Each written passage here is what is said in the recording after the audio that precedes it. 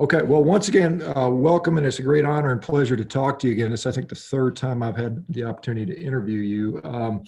I think, well, I mean, for those who don't know your background, you are a world authority on greenhouse gases as they pertain particularly to animal agriculture. Based on the water tower behind you, I assume you're still up at UC Davis doing your great work up there. And, you know, you recently were on a fairly popular video from the What I Learned folks, and I've actually interviewed him as well previous to this, but so it's great to have you there. I wanted to, Frank, if you just for the sake of completeness, since for the people that have not been familiar with you, can you give us a quick little background, who you are, what you do real quick? Yeah, my name is Frank Mitloehner. I'm a professor and air quality specialist in the Department of Animal Science. I've been here since 2002, and I'm expert in the field of the impacts of animal agriculture on air, on greenhouse gases, on criteria, pollutants, particles, gases, and so forth. And I'm also the director of the CLEAR Center here at UC Davis. CLEAR stands for Clarity and Leadership in Environmental Awareness and Research. Half of that CLEAR Center is research, the other half is communications, because I value communications. I think that this is something that we all can do much better at. Yeah, I think that. I think you've kind of played yourself down, but you've been a world authority on this stuff and have had some significant impact on our understanding of how these greenhouse gases work when it comes to animal agriculture. But and then that's an important aspect of the communication standpoint, because I think most people are ignorant, and not saying that in a derogatory term. It's just most people don't have any experience or education on greenhouse gases in general, and we tend to have a very superficial understanding based on, you know, what we're told by the people reading off a script on the TV news most of the time, and there's a lot more to that. You know, I've talked to you again many times, and I mean, every time I talk to you, you know, the answer has been, you know, well, obviously I have an interest in continuing to be able to eat meat. I think is a health food for me and many other people. I think you know, I mean, it doesn't necessarily have to be the entire part of the diet, but it is, I think, essential for human nutrition. There are obviously people that disagree and would quite frankly like to see the end of animal agriculture, as I'm sure you're aware.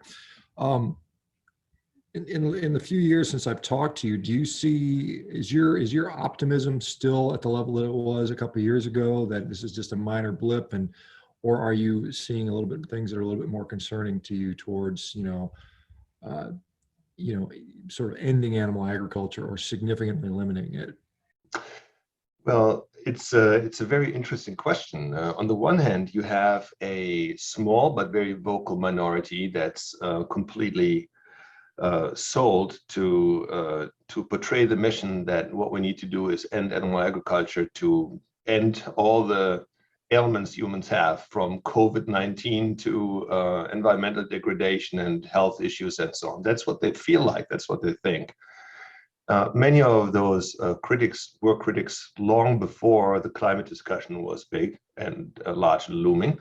Originally, they were more focused on, let's say, animal welfare, animal rights. Now they switched over into the climate arena, and now that they feel that our understanding has significantly changed on the climate questions, some of them are switching again now more into other issues such as biodiversity impacts of livestock and land use change impacts and so on.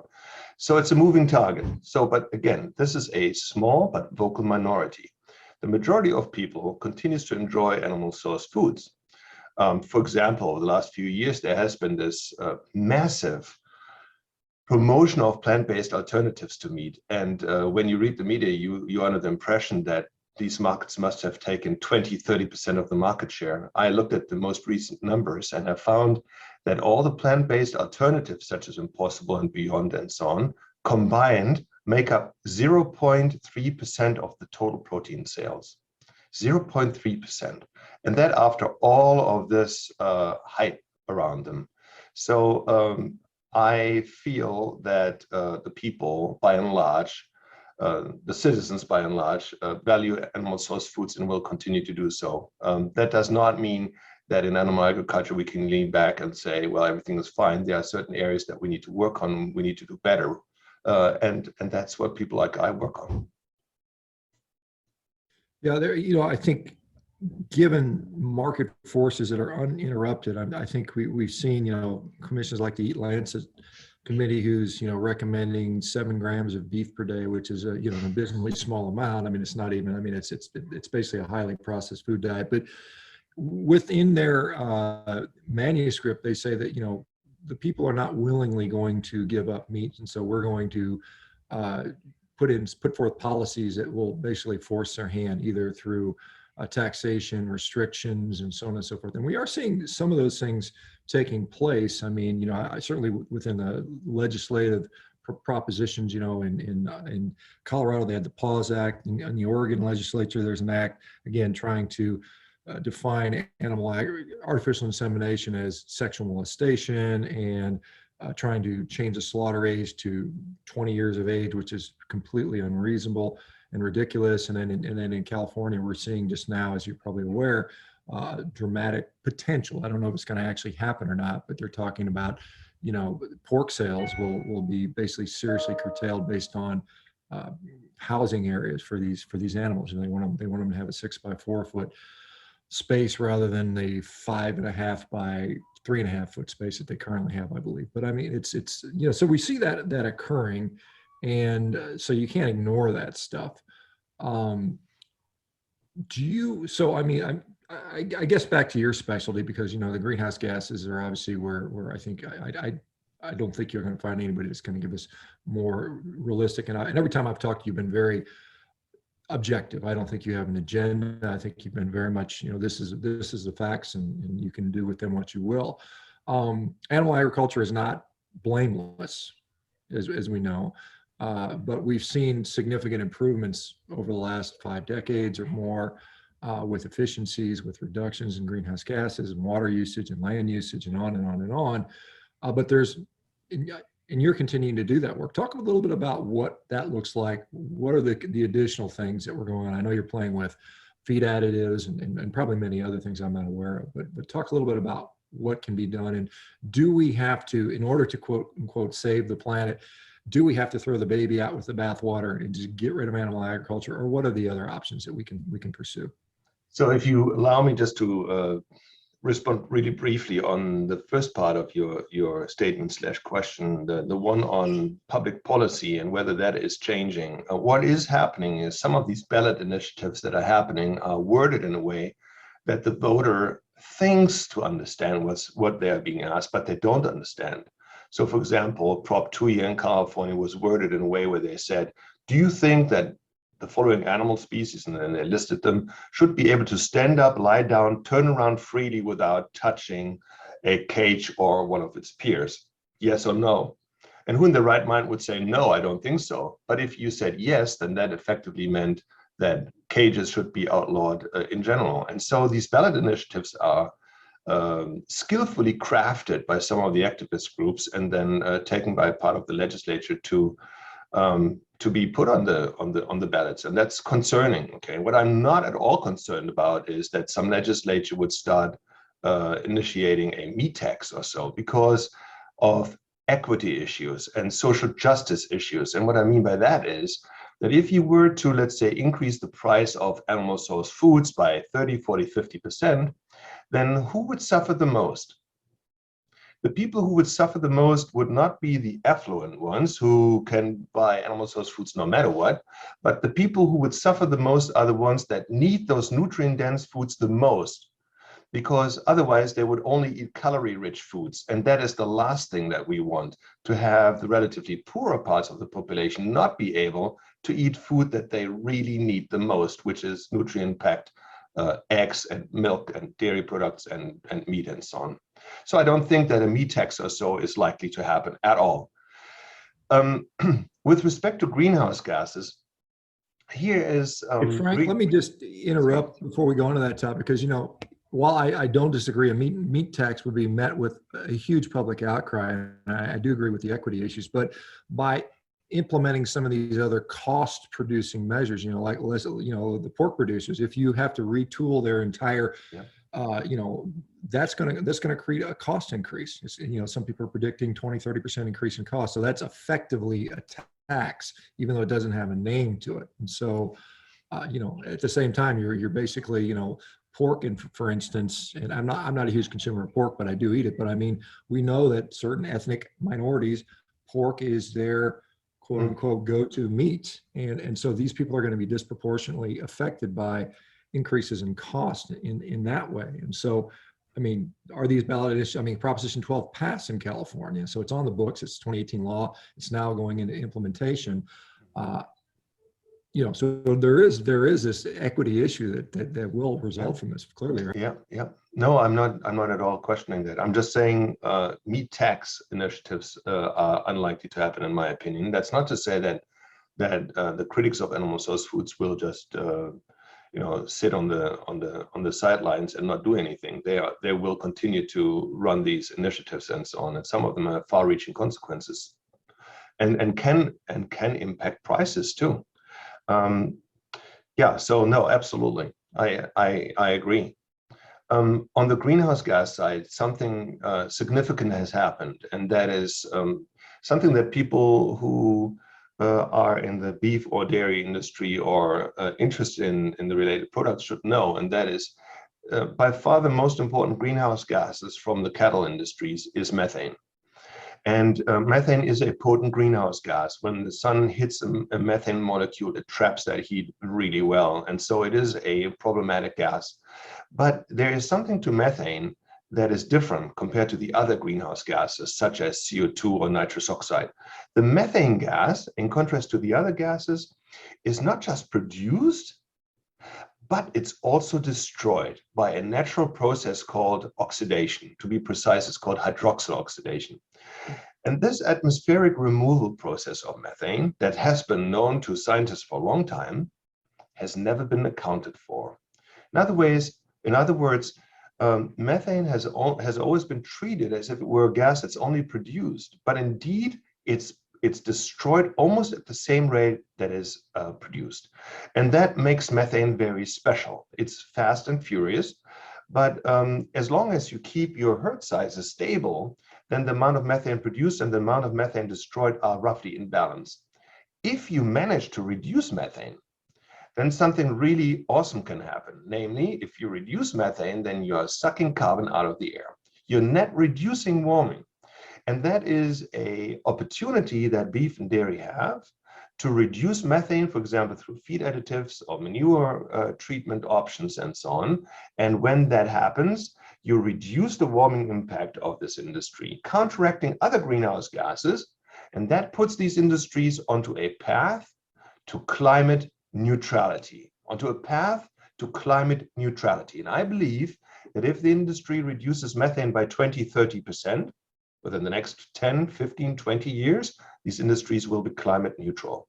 And that is what we are working toward very, very hard. And the industry now understands what we are doing, and they're working diligently to get there. Yeah, and you say a 20-30% reduction results in climate neutrality or greenhouse gas neutrality or carbon neutrality, I guess. No, climate neutrality, not carbon neutral, climate neutrality. Climate neutrality. I'm aware of things like anaerobic digesters for methane, for the methane lagoons. And so you can basically remove all the methane that is leached out in manure. And people are actually converting that into renewable, natural gas that they can power other things. I've seen several farms do that. Obviously, I'm aware of the work you're doing with regard to feed additives. So with just those two things, and maybe more things if you're aware of those, what kind of impact could those make? How hard would that be to implement? What is the cost to do that? Is it practical? What's it going to take there with all these things? Yeah, so here in California, we have a new law called SB 1383, and it mandates the reduction of methane. The goal is to achieve a 40% reduction of methane to be achieved by 2030, so 10 years from now. At first, our farmers went wild, saying, that's all we need, another stringent set of regulations. But But little did they know that the state of California had something in mind that was a drastic change to what they did previously. Rather than using the cane approach of using rules and regulations and fines, they used the carrot approach, the state that is, and they said to farmers, if you are interested in reducing your manure methane, then we will partner with you financially to purchase capital pieces of equipment, and we will partner with you financially. And that was particularly true for the so-called covered lagoons. Okay, people now put covers over their lagoons, preventing gases that normally would go into the air from going into the air. This so-called biogas mixture, 60% of which is methane, is now trapped, and as you said earlier, converted into fuel. So the biogas is trapped and converted into fuel that then fuels vehicle fleets, such as semi-trucks. And the state of California has not just helped with the capital cost of these covered lagoons, but also under the cap and trade system has released what's called low carbon fuel standard credits. These are credits, emission credits that farmers get or dairy digester developers get if they convert biogas into this fuel. And these credits are so high, $200 per ton of CO2e, so high that this is what I consider the new gold rush here in California. We have dairies flocking to installing these covered lagoons, trapping biogas, converting it into fuel. And so I told you the goal was to achieve a 40% reduction by 2030, and that would be sensational. Few years have passed since it started, and we are now already at a 25% reduction, which is sensational, okay? Sensational. That reduction on the dairy side alone has led that sector to be really close to climate neutrality. So now we have to find ways to do the same thing with beef, particularly beef of animals that are grazing, because in feedlots, it's relatively easy to get to cattle, and it's very easy to get to cattle and put an additive into the trough. But what do you do with grazing animals? That remains to be a challenge, and something that we are working on very, very intensely. So this 25% reduction in the last few years in California, is that the entire overall picture of dairy, regardless of whether they're using these digesters or not? Is that just the entire dairy industry in California is now 25% less climate intense? Yeah, so first of all, California is by far the #1 dairy state in the United States. By far, 20% of the milk in the United States is produced in California. And that dairy sector as a whole has reduced its methane by 25%.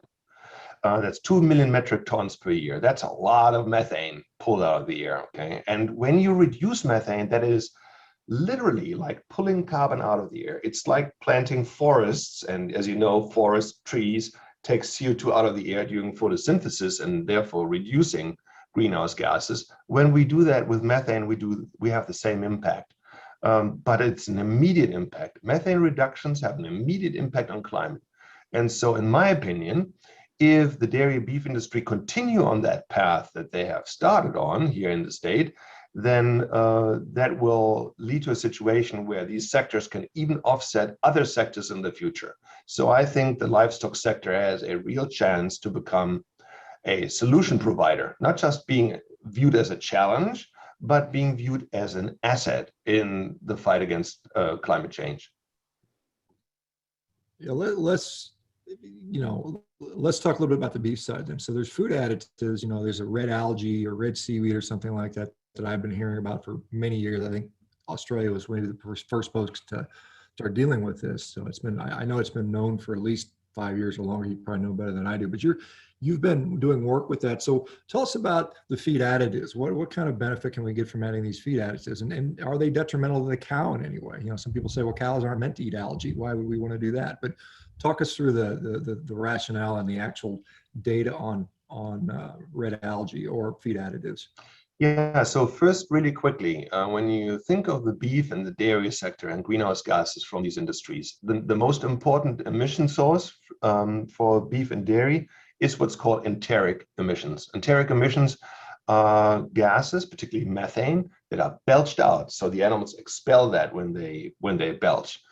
And so that methane gas is formed in their stomach, in their first stomach. It's called the rumen, okay? And that thing has a volume of 50 gallons. So it's roughly the volume of your bathtub at home. So it's a very large fermentation vessel, so to say. In it, methane is produced by methane-forming microbes called methanogens. And these microbes, they thrive off roughage. So when the cow or whatever ruminant we are dealing with here eats roughage, then that is the feedstock for those methane-forming microbes to produce methane. They don't thrive off concentrate feed like corn or so. They need roughage, okay? So the question now is, how can we reduce the activity of these methane-forming microbes, or how can we get rid of those microbes? And the race is on to find an additive, something that you add to the normal ration of these animals that either disrupts those microbes or the processes they normally engage in, the enzymatic processes to form methane. And over the years, there had been approximately 100 products that were touted as being effective in reducing methane.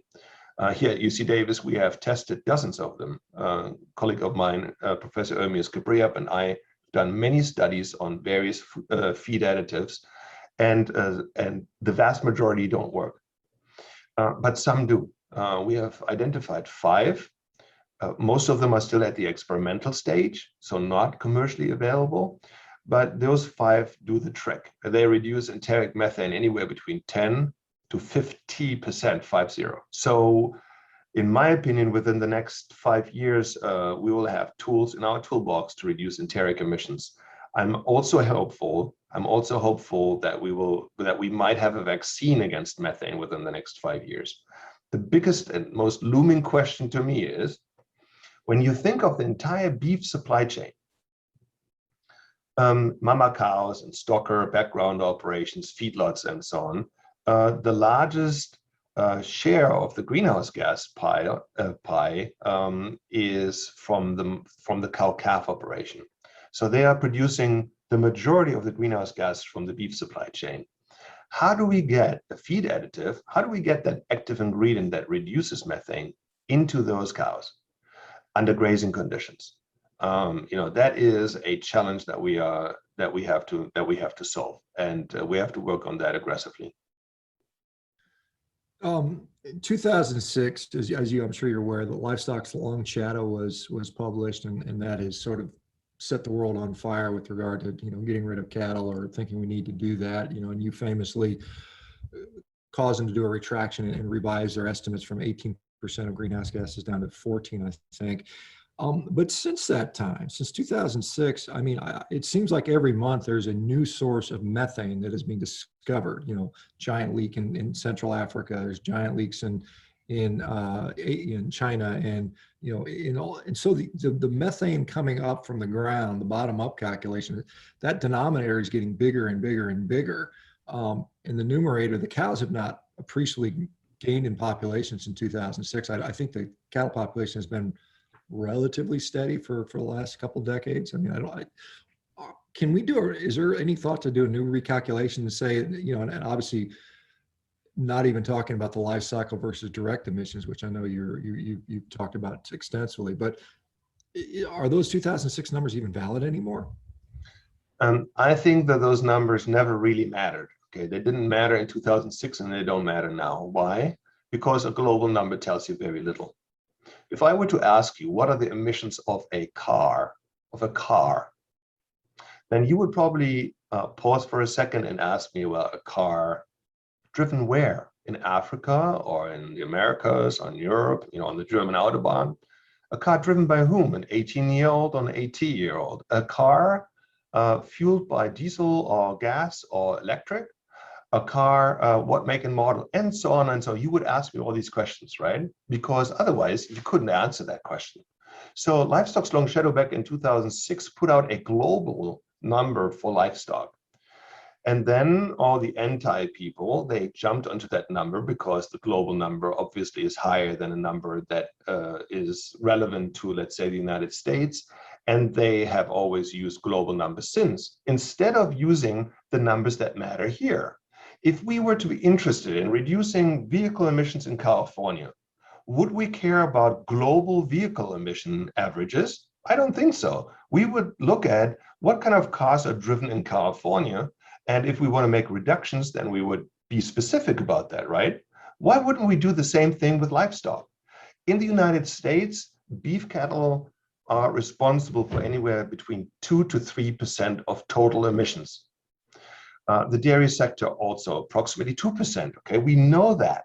And it's drastically different in African countries or in Asian countries and so on. So why working with global averages? They mean nothing to a country like ours, or to Germany, or to Ethiopia, or to Paraguay. We need to use numbers as they pertain to the locality where the public policy is being devised. And everything else is just propaganda.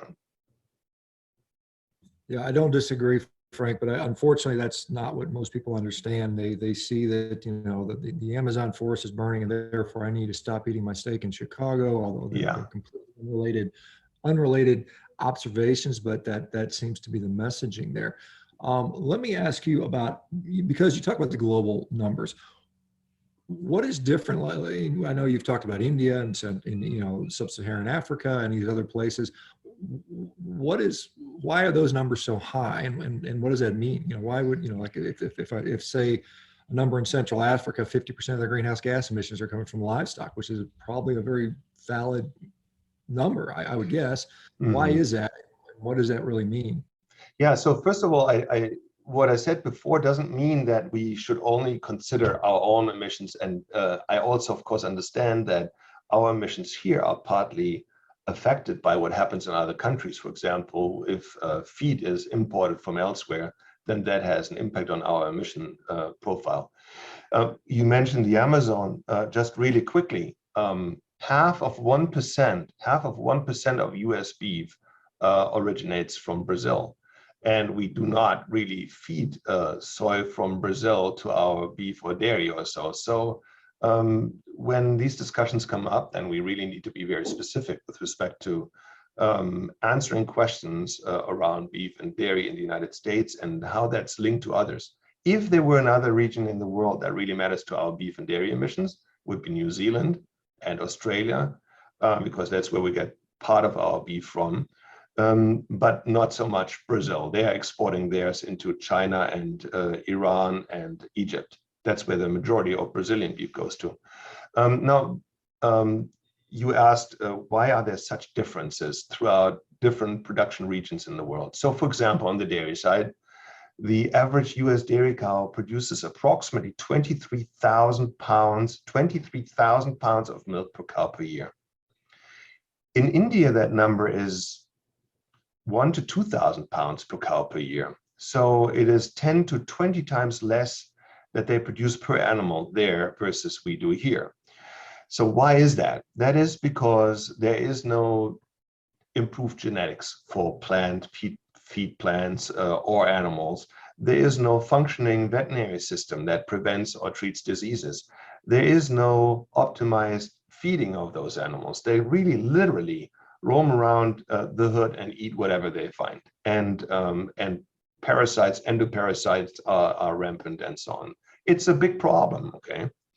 And it's not just countries like India. China, which I think most would agree is not really a developing country, but a strong emerging country, produces half of the world's pigs. 1 billion pigs per year. But imagine this.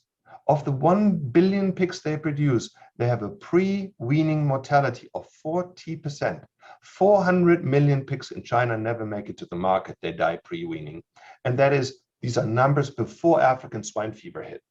So even a country like China has these issues around efficiencies, or around feeding, or around health of the animals. And it doesn't have to be that way. Last not least, there are many countries in Africa where livestock, especially the large ruminants, are not really kept to be finished quickly and then going into the food supply chain. But let's say a cattle herd in most African tribes is raised and kept as the 401k, the retirement account, or the social security network for the family and tribe. they keep their animals alive as long as possible. And when they fall over of old age, then they're being eaten. And so that leads to very high emissions of the beef and dairy herd in many of these countries. It's one of the reasons why we shouldn't use global averages when we assign blame to any particular region and its production throughout the world. Yeah, there's so much attention, and maybe you can talk to this. I mean, there's so much attention on the cattle, on the large ruminants, and that's mostly what I've known. So, some of that information is coming from you, but when we talk about pigs and maybe sheep and chickens, do they have a significant impact, and what's being done in that side of the house? If and I don't know if you deal with that much, but is there stuff that's going on with those animals as well? Yeah, so poultry and pigs are referred to as monogastric animals. So they are obviously not ruminants. They're monogastric animals, and they are competing with humans for nutrients. So they are eating a much more nutrient dense diet than ruminants do. Ruminants have that unique feature of being able to eat stuff that humans can't eat. Cellulose, for example, the world's most abundant biomass, they can convert because of the microbes in their gut system. Monogastric animals such as poultry and pigs can't, and humans can't eat that stuff either. So pigs and poultry are dependent on soy, corn, and those kind of human edible feeds. And with that, they are more competing with human edible resources.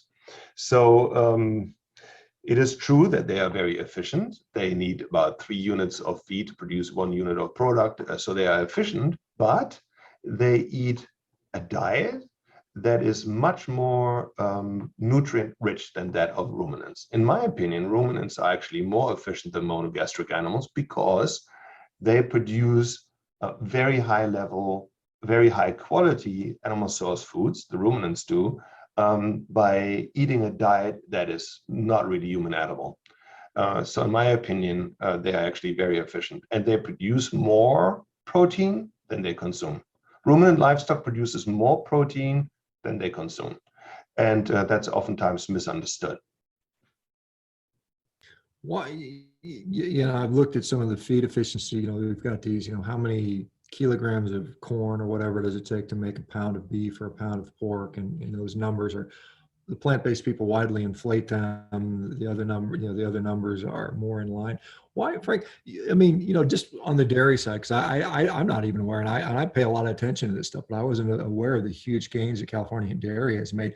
Why doesn't the average person hear about this stuff and know about this stuff? What is keeping it from being widely understood? I mean, certainly, the media marketing for plant-based and the belief that the best thing you can possibly do for the world earth is go vegetarian or vegan. Why don't we have the counter message out there and this data out there for the average person too? So first of all, I want to be very clear. I think that people need to eat what they want to eat. Okay, so I don't think anybody has the right to tell others what to eat. And that's true for anyone from vegan to carnivore and in between.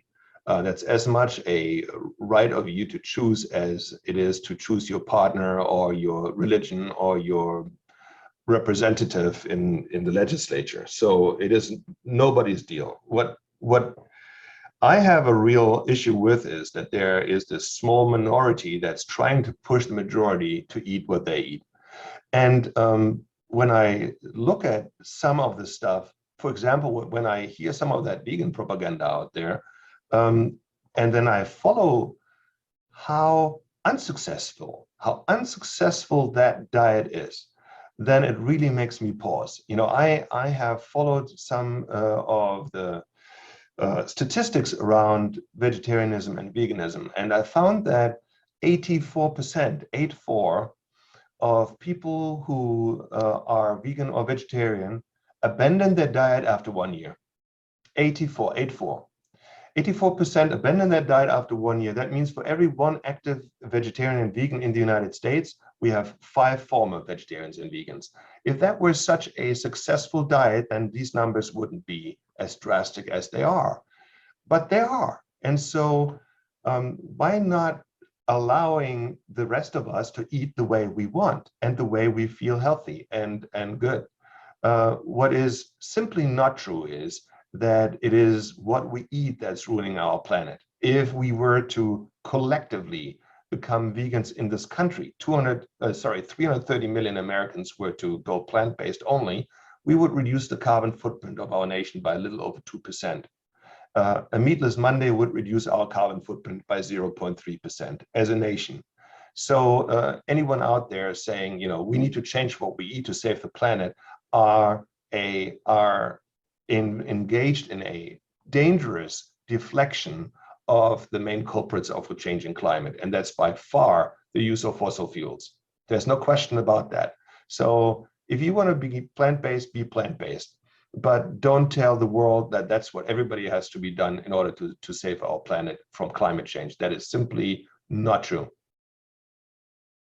Yeah, I don't disagree with you on that, Frank, but despite the fact that it's not true, that's not what the average person seems to believe. And I think that's one of the problems here, is that we've got this narrative messaging that isn't supported by the actual facts. And so yeah, Sean, you know, the problem is this, and I'm sorry I didn't answer that before, because you asked me why is there this one narrative out there and really no narrative on the other side. The reason is that for the longest time, people in animal agriculture have stuck their heads in the sand, and they said, yeah, we don't believe in climate change, or even if it happens, then we have nothing to do with that. That is not true. We do have a contribution to greenhouse gases, and we know what that contribution is. And the message should be, we know what our contributions are, and we should further reduce and be aggressive about reducing those impacts. That's what I think should happen and should be the message of people in animal agriculture. That is at least my message. And I'm working really aggressively to achieve that, to help farmers understand what tools are out there that can be used in a cost-effective way to minimize their environmental footprint. That is, in my opinion, the route people should go. They should say, we care, like society does, of what our climate does, of what our soil does, of what our plants do, and so forth. And that's really the message that should be out there. And I think it's going that direction. I think that you'll hear very soon the beef industry and the dairy industry positioning themselves very clearly, particularly on the climate side, as to what their goals will be. And this will not be a bunch of greenwashing or so, but these will be very serious goals. And I know they're working hard on achieving those. Yeah, I know, and I can't remember if you've actually worked with IPCC, which Intergovernmental Panel on Climate Change. Do they do periodic updates? Is this something I'm not even familiar with how they work? Every 5 years, do they update their projections? And if so, what is the next update going to look like? Are we going to see a different message coming out? What are your thoughts? So the IPCC is the Intergovernmental Panel for Climate Change, the world body dealing with this issue of climate change. And yes, every 5 years there's an update. The next update is about to come out. The most important topic or most important discussion issue for the IPCC is the use of oil, coal, and gas, fossil fuels that are responsible for about 80% and more of greenhouse gases in the world. Agriculture plays a role, but that's relatively dwarfed by the use of fossil fuel. So I think what will change with the IPCC is that our understanding for methane has really changed. And that's a big deal, because that is the Achilles heel of animal agriculture on the environmental side. So I'm very curious to see how the IPCC will position itself, because I want to emphasize this one more time. Methane is not just produced. Methane is produced and destroyed. And current public policy completely ignores the fact that methane is destroyed. It acts as if methane were only produced. And that puts agriculture at a huge disadvantage, an unfair disadvantage, because that's not really what this gas does to the atmosphere. Yeah, I wonder, you know, the IPCC, I don't know who has inputs into what their positions are. I mean, is it drastically affected by industry? I mean, I know there's tremendous amounts of conflict of interest in so many of these, you know, non-government organizations that it's kind of a little bit disheartening, I suppose. Have you been able to provide your data to those guys? I mean, who are they listening to? Are they listening to people that have the information you have, or where are they getting information from? So I have worked more with the United Nations Food and Agriculture Organization, with the FAO, the same organization that I critiqued for the Livestock's Long Shadow report a long time ago, was one that invited me later to become chairman of an important livestock-related committee called LEAP or LEAP. And I presented to them, to the FAO LEAP steering committee, my criticism of current public policy around methane and explained why I think that we need to rethink methane. And out came a decision by the FAO to install a global task force consisting of 60 experts from throughout the world that now looks into what's called biogenic methane. That's the methane coming from livestock, and how it warms the planet and what mitigation does to reduce its impact and so on. So I think I did have a pretty profound impact on that front. And oftentimes what the FAO does is what the IPCC uses for the agricultural part of their decision making. So I think we are making some impact. For example, on the United Nations Food System Summit that's happening right now, and that some people try to take in order to really change public policy throughout the world into a less meat-friendly overall narrative. We have recently conducted a UC Davis independent dialogue for the United Nations Food System Summit and invited 40 people to that from FAO and from US government and from NGOs like Environmental Defense Fund and World Wildlife Fund and so on. And of course, from global academia. And we developed a dialogue on how to develop a path to climate neutrality for beef and dairy. And all of these deliberations here from UC Davis will go into the United Nations Food System Summit records. So we are making headwaves and we are contributing, I think, a lot. But it's time that people who have an interest in animal source foods inform themselves and also be vocal like everybody else is. It seems like they're largely not part of the discussion. Yeah, I certainly, I've been an advocate in trying to be vocal about it. Unfortunately, you know, as I recently was kicked off of Twitter for I'm not even sure the reason yet. I'm still trying to figure that out. But there is certainly potential for censorship, which I think is a problem. And I think, you know, some of these social media platforms, which have different maybe agendas, may make that harder for people to be vocal, unfortunately. Do you find, so we have a new political administration, you know, every 4 years, you know, the US changes its, well, you know, potentially changes its politics, I suppose, to some degree. Do you find one particular group of politicians is more favorable towards animal agriculture than the other? Do you find there's legislation out there that is going to be helpful for this, or do you find most of it going to be potentially negative? What are your thoughts on the politics? Not criticizing one another, but what are the laws that need to be passed or can be passed or being passed that would facilitate getting climate neutrality, I suppose? So I know that conservatives in this country think that, you know, the Democrats are less supportive of agriculture and so forth. What I can tell you is I have had a lot of good interactions also with the legislature. Last year before COVID hit, I was asked to give testimony before the US Senate. I've had very good interactions with senators, with US senators, also with Congress people. But particularly the senators, they seem to me quite really mature and not so you know, they are really kind of vested in the system, and they have a big picture in mind. Okay, they know that if we were to tax meat or do something like this, it would have profound impacts on rural communities and on people's food choices and so on. And they're not swayed this way, one way or the other. And you know, when I look at the current administration, the current one that we have, I do not see any kind of move that I would say is anti-livestock or anti-animal source foods. I see kind of a level-handed approach of supporting farmers that are interested in engaging into mitigation and into carbon capture, and I think that's a good step. I think that the steps California has taken are sound steps. For one, I have to tell you a piece of lawmaking that I think works and that could be a role model for the rest, because farmers could do not just what's right for the environment, but also what's right for the pocketbook by reducing methane, and that can have a profound impact.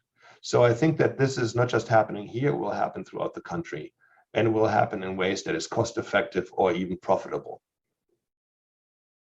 I would be remiss if I didn't get your thoughts on, there's obviously a growing community of interest in something called regenerative farming, which I'm sure you're aware of, which is really focused on the soil side of it, the biodiversity and soil side. And so obviously, instead of the industrial models, they're going to more of a, managed grazing techniques. And as you point out, there's trouble mitigating methane with feed in that regard, but, maybe the soil carbon offsets are worth it in that case. What are your thoughts on that side of the equation, the more sort of holistic style, as opposed to, the typical cow-calf to feeder operation?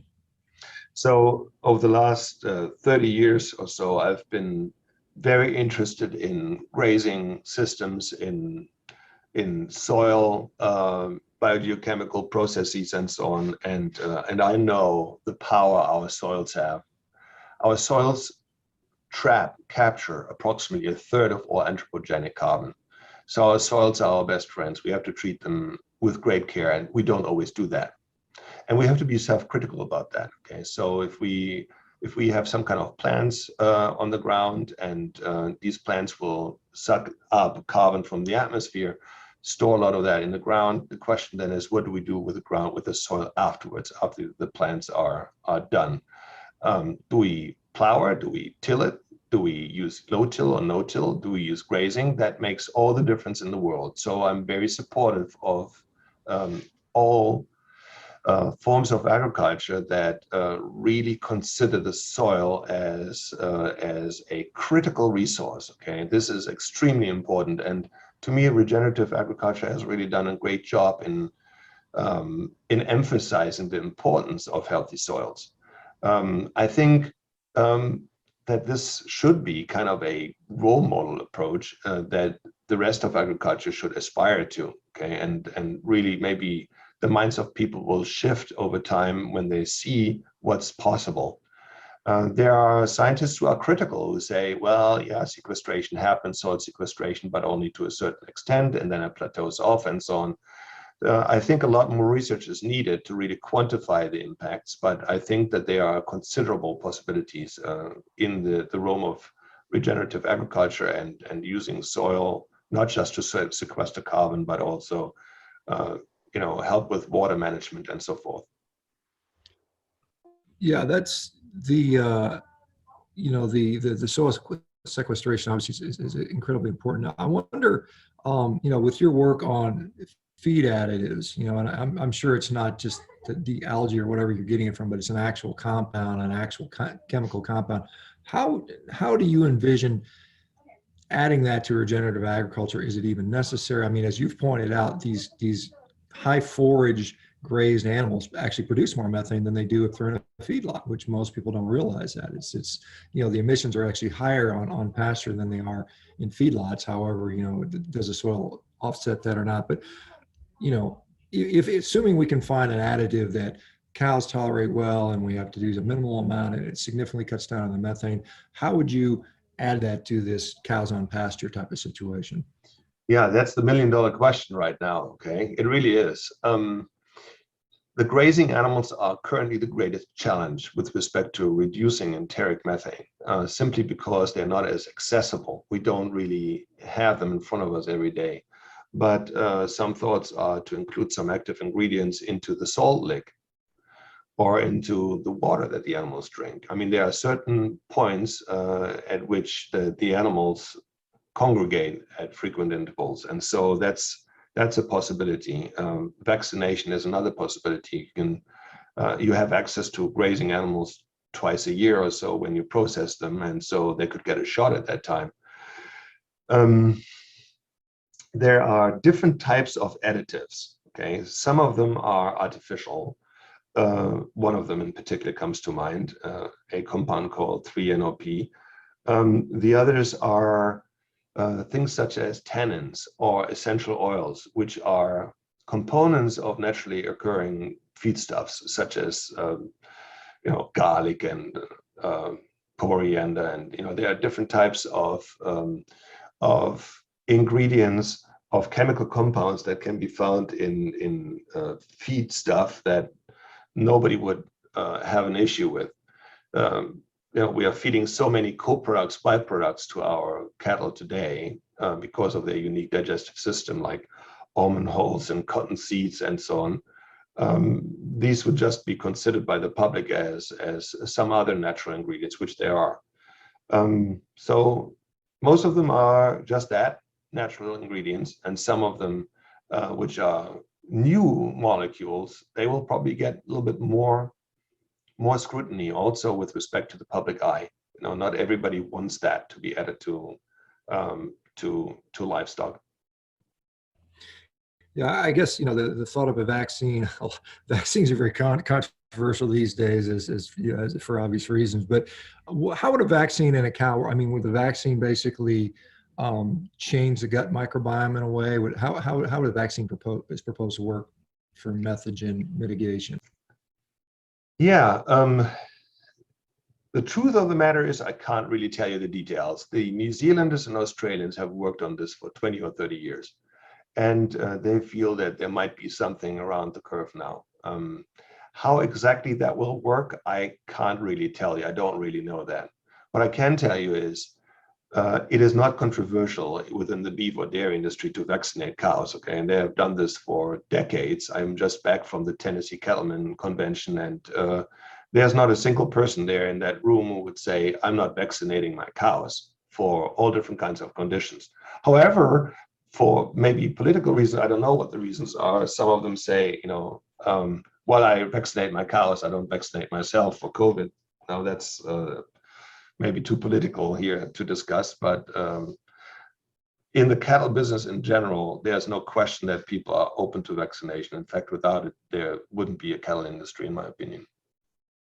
Yeah, I'm aware of at least one rancher that doesn't vaccinate his cows. It's interesting, but let me ask you one more topic, Frank, if you don't mind indulging us. Water again. This is, the arguments. The environmental argument is obviously the big argument. I think that's pretty easy to sort of pick apart. But then they say, well, even if you could solve methane, you've got to deal with tremendous amounts of water usage. And then they would go on to talk about resistant organisms from antibiotic usage and stuff like that. So how do you deal with those topics? Well, you're just opening a large can of worms, okay? Because it's true. We could solve the climate issue tomorrow, and they would immediately hop onto the next one. Okay, land use change, biodiversity, water, you name it. Or it would just go back to animal welfare and animal rights, and in short, you will never appease those people who are as almost religiously against livestock as they are. They really define themselves in their fight against animal agriculture. And so arguments will not win that. And I tell you this, when people are that ingrained and that anti-livestock, then I stop discussing, because there's just no help. There's no hope to reach any kind of advances in knowledge or even consensus. That's just not going to happen. What I can tell you is those numbers that I see floating around of water use for producing a pound of beef or a gallon of milk or so, they are very much misleading, because there are different types of water. You might think of water as being just water, but there is gray water, there is green water, there is blue water. The blue water is that's the tap water that you get when you open your tap. The green water is rain, okay? That rain is the water that our cattle receive for the most part, because when they're on pasture, and that's where they are the majority of their lives, particularly beef cattle, when they're on pasture, then the water that grows the feed is rainwater. That rain would fall on that land with cattle or without cattle present. And now to count that rainwater as part of the footprint of producing that beef against beef, that's just ridiculous in my opinion. That's just crazy. And so I don't take that seriously. So in general, and just to wrap this part up, I don't really argue with extremists. Okay, I don't really care about what they say. If anybody shouts at me, that's the end of the discussion. If anybody wants an honest discourse or discussion about a certain topic, then I'm the first one to engage in it. But those people who replace one topic with the next and the next and the next, they just need to go someplace else. My time is too valuable for me. Yeah, and again, I am not trying to convert. Just like you, I don't really care what people eat. I think we should be free to eat whatever we want to eat, and for whatever reason we choose to do. So if we like the way it tastes, if it's for our health, then so be it. And I agree. You're trying to convince people one way or the other with facts or otherwise is kind of a fruitless thing. But many people are just completely ignorant, and they just hear the loudest person in the room, and that's what they believe is the truth. And so it's nice to have the opposing argument, or at least a way to look at it in a different way. And so I think it's important to articulate those those arguments for the people that are in the middle, I suppose, because those are the ones that like we talk about, the fake food industry is not designed for vegans and vegetarians. It's primarily designed to capture market share from the typical omnivore that may feel like I feel guilty about eating my hamburger, therefore one day a week I'm going to eat a plant burger, and now I'm going to save the planet. And I think that's the target audience, obviously. Last week I was in Texas. I was in San Antonio, and I went to some supermarkets there, and I went to the meat department just to see what it looks like over there. Oh my gosh, I couldn't believe the size of these meat departments over there. But that's not the only thing I see. I went to Tennessee to the supermarkets there, and my eyes were wide open. And I looked at, what do the animal source foods look like? What do the plant-based alternatives look like in San Antonio, Texas, in Knoxville, Tennessee, and in Davis, California? You come to Davis, California to a supermarket, and you'll be up for a surprise. I mean, will you find some plant-based alternatives? Yeah. I mean, you'll find maybe a foot or so of shelf space for that, but you'll find 20, 30 feet of the real deal. So there's a lot of wishful thinking there of certain representatives of the media, and they have that as a beat to promote plant-based alternatives. But in reality, the people who live in this country and throughout the world, they hold animal source foods near and dear to their heart, and it's a very important part of their nutrition, and that will continue to be that way. I think what we can do is to ensure that these foods are produced in the best way we know of, with respect to them being safe, and I don't think anybody has a beef with that. I think we all can concur that the food we buy in this country is safe to eat by and large, but also that farmers keep in mind that some values have shifted, okay, as to how we treat animals. People don't have the same associations to animals as they used to 30, 40, 50 years ago. When you ask people, we have about 170 million dogs and cats in this country, 170 million dogs and cats in this country. People don't consider those animals. Many people don't consider them pets. They consider them family members. Okay? If these animals get sick, they will get treated at all costs. And then they see the picture of a cute little calf, and they associate that with the poodle they have at home, and they feel like this calf needs to be treated the same way that they treat their dog. So people are really removed from agriculture, and we have to be patient to explain what happens in agriculture and why, and where it's not acceptable to public in general. We have to think about where we need to make changes as well. Yeah, and I think you do a nice job discerning between what's considered animal welfare versus animal rights, and they're very different topics. And I think, and I'm sure you agree, I think most farmers and ranchers are incredibly concerned about animal welfare, because the animal welfare and providing a good environment, healthy environment for their animals, ultimately results in a healthier business that they have. And so they're vested in a number of ways in doing that. Anyway, Frank, this has been wonderful. Is there any other topic you want to share before we go on? I know we've taken probably more time than you can afford, but anything else you want to comment on before we go? If not, we'll let folks know how to follow your work and how to learn more. Well, I think it's very important for you to know the basics around your food choices, and I think that the fact that you are here in large numbers really shows me that that you care where your food comes from and how it's raised and the externalities of producing that food. I think we need to sensitize the public much more about issues around food. We need to teach our kids about nutrition in school. We need to teach them about the intended and unintended consequences of producing food and what we eat. We need to teach them how to cook. I mean, seriously, most people don't know how to cook anymore, and they really don't know how to eat anymore. And that has far-reaching consequences to our society. I mean, look at obesity levels and so on, of people putting all this ultra-processed stuff into their bodies in large quantities, and you see the results. I think that we do need to have a focus on food.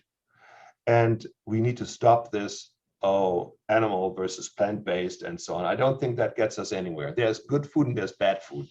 And that bad food can be from plant-based, it can also be from animal-based foods. We have to just really think about food and how we can do better, both for our health and for our planet health. Yeah, that's a great sentiment. I concur. Unfortunately, I think what our kids are being taught in the schools is not what you describe, unfortunately. But and hopefully we can change that. So how do we find more from Dr. Mitloehner? Where's your social media and any other websites you might want to direct us to? So I'm the director of the CLEAR Center, CLEAR, clear.ucdavis.edu is our webpage, clear.ucdavis.edu. And here you find blogs on various topics. You find explainers around environmental impact of livestock. I'm also on Twitter, GHG Guru is my handle, GHG Guru, and you'll find lots of interesting discussions there.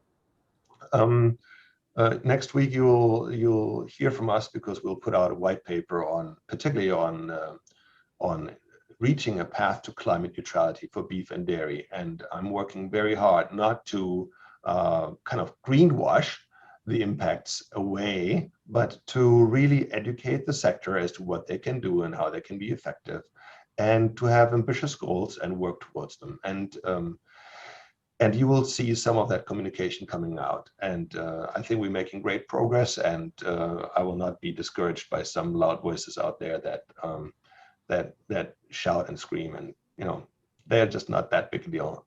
We give them too much credit. All right, we'll let Ethan Brown know that, or Pat Brown know that, rather. Frank, thank you very much, and look forward to opportunity to talk to you, and hopefully down the road we can do it again. Thank you so much. You're very welcome. Thanks for having me. All the best to you. Okay. Bye, everybody. We'll see you guys tomorrow. Take care.